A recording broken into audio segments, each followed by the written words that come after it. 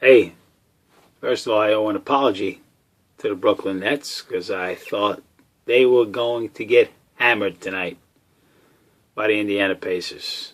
I thought it would be 18, 17-point loss.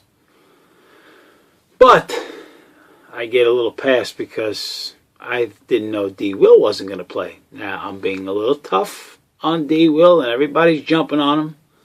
But sorry, D. Will.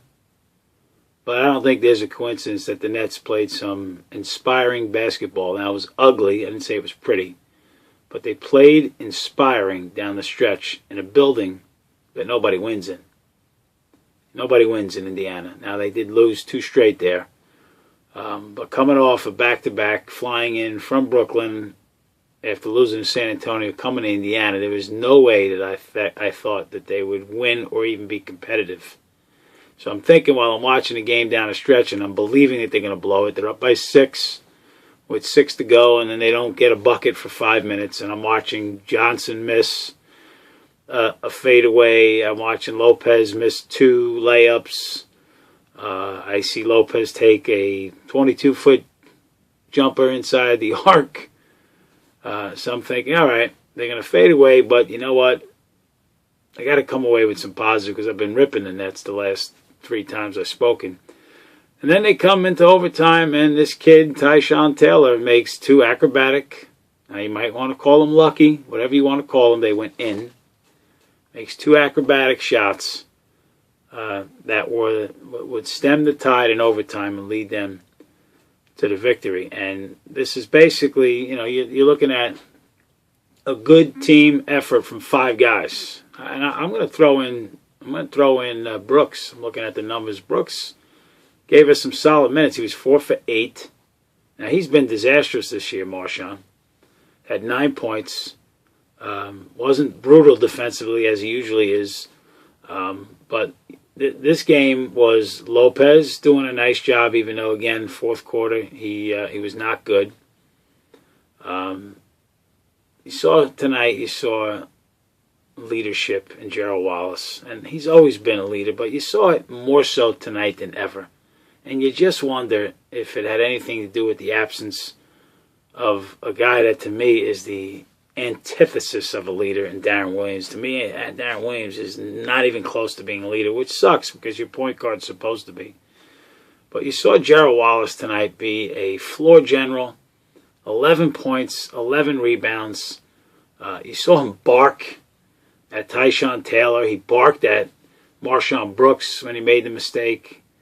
Boy, do I like Gerald Wallace. I know a lot of people, Net fans, you look at that trade, and it turned out to be Damian Lillard. How great would Damian Lillard look in a Brooklyn uniform?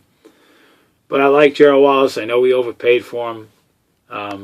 Tonight, he showed 46 minutes. And, Reggie Evans was a beast. 22 rebounds, although, crazily he went after that one late in the game, which could have been critical when he stepped out of bounds. So you had Evans, Wallace, Lopez. I mentioned Brooks 4, and I'm going to give a little props to JJ, even though this is now game number 11, where he has not scored 20 points. He did have 17, and he did not shoot well again. 6 for 17. Not acceptable. He keeps, these continual 30% nights for Joe. But, again, Joe doesn't let his percentage affect him late. He made the tough move to the goal, hitting the bank shot to tie the game, and then in overtime he makes free throws. So I'm proud of the team tonight. David West was 2 for 11. I thought Reggie did a nice job on him. Paul George was 1 for 10. Obviously the Pacers had an off night, but you got to give the Nets some credit. I'm always ripping them, so we got to give them credit for playing some good defense tonight. And in my opinion, the key is not turning the ball over. And I'm sorry, I don't think it's a coincidence that Darren wasn't there. And they took a hit, in my opinion, in that fourth quarter. They're up 6. They go down 4. They're down 4 with a minute and change to go. I don't know if D. Will is on the floor, if they recover. And I'm not saying Tyshawn Taylor was brilliant. I mean, his numbers were he was 12 points, only had 2 assists. He did turn the ball over twice, had a couple rebounds, but he was 5 for 9, and I thought he played within himself. So often you see Darren Williams, he doesn't play within himself. He'll dribble, a couple of fakes, he'll put up a tough shot, try to make a tough pass. This kid played within himself tonight, and hopefully, maybe we could see a little bit more of him. Proud of them tonight. Was about ready to really, probably wasn't even going to do a post game tonight, thinking they were going to lose so badly. But I got to give them props when they win. I'll be very pleased if they can get the win against Denver. I'll be very disappointed if they don't. I know Denver's a better team than we are, but again, you're in your home building. You're going to close out the All-Star break, get the W. The trade stuff. Listen. Chris Humphries played 5 minutes. He's not the same player.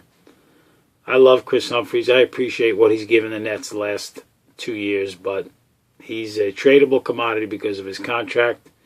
If you got to trade him, you got to trade him.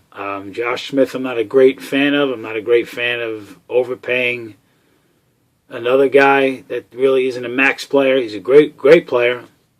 Very good to great player, not a max player. And I also don't like the idea of having another Hawk. I mean, is Dominique Wilkins next? Dominique Williams, listen to me. Is Mookie Blaylock coming after this? But anyhow, good win tonight for Brooklyn. I give them props. Now leave me alone.